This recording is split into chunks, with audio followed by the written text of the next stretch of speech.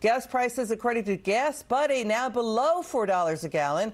After President Trump said the U.S.-Iran deal has been signed and oil is starting to come into the market.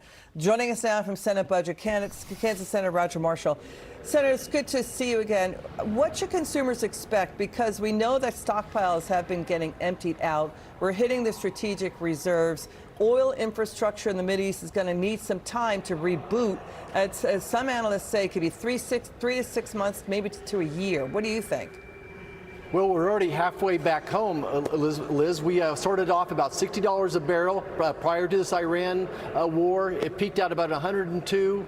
We're back to $80 a barrel now, West Texas Intermediate, which is what folks in Kansas care about. So we're already under $4 a gallon. I think we'll be at about $3.50 come July the 4th, we're hoping as well. But I just want to emphasize, though, that the Republicans are the party of prosperity and security, and this deal touches on both of those. Taking care of your future family members, no more nuclear weapons for Iran, and then, of course, from the prosperity standpoint, bringing the price of gasoline down. Look, America is the largest producer of oil. We produce more oil than Saudi and Iran combined right now. So we're in a good spot. And Russia is, yeah, throw in Russia there as well. So we're in a much better spot right now. Okay. You know, here's the thing. Democrats have been hammering President Trump on affordability and cost of living, but now Politico reports that multiple top Democrats are now dropping affordability as a midterm campaign issue. What do you make of them instead in prioritizing these issues? Voting rights, anti-corruption measures, simply attacking Trump.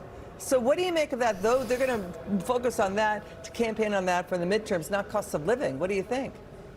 Well, I think that America, once again, will have a choice. Republicans, the party of prosperity and security. The Democrats, the party of defund the police and spend your grandchildren's money.